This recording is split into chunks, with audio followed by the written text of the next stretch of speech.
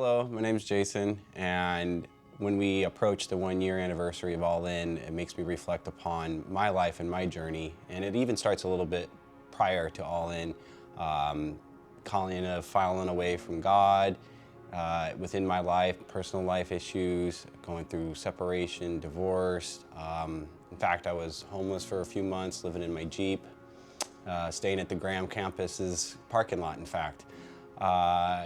And I started coming to church more with my parents, and I've always kind of had some sort of feeling in relation with God and Christ, but not really understanding the full picture, so to speak. As I've grown further in my faith and walking with God, I have learned that to be all in for me was to completely surrender, to Christ and to his teachings and to him being my Savior.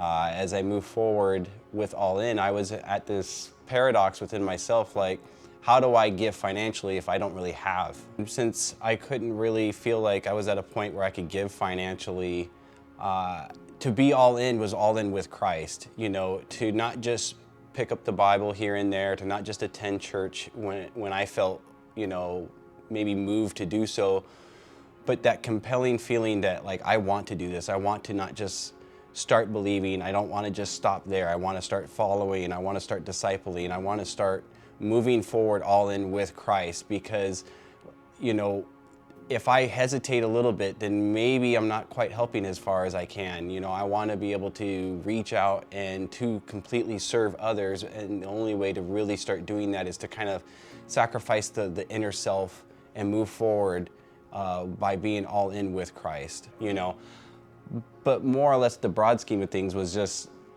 learning that, like, what I needed to give was myself, and surrendering to him meant that, okay, let's buy all in, where I couldn't give financially, I could give service-wise as far as physical labor, devoting to Christ, whether it's in church, outside of church.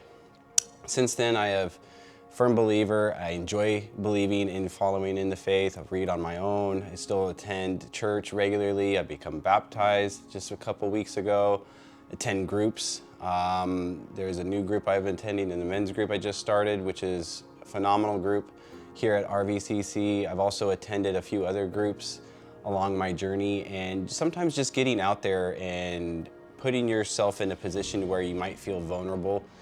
It seems like a big weight at first, but you have to realize that the challenge is just leading up to it. Once you start getting into it and start opening up and putting down your walls and realizing that the bigger picture is going to be unveiled, in the process of, and some of those doubts, start creeping in. It's natural, that's kind of the evil one trying to keep you away.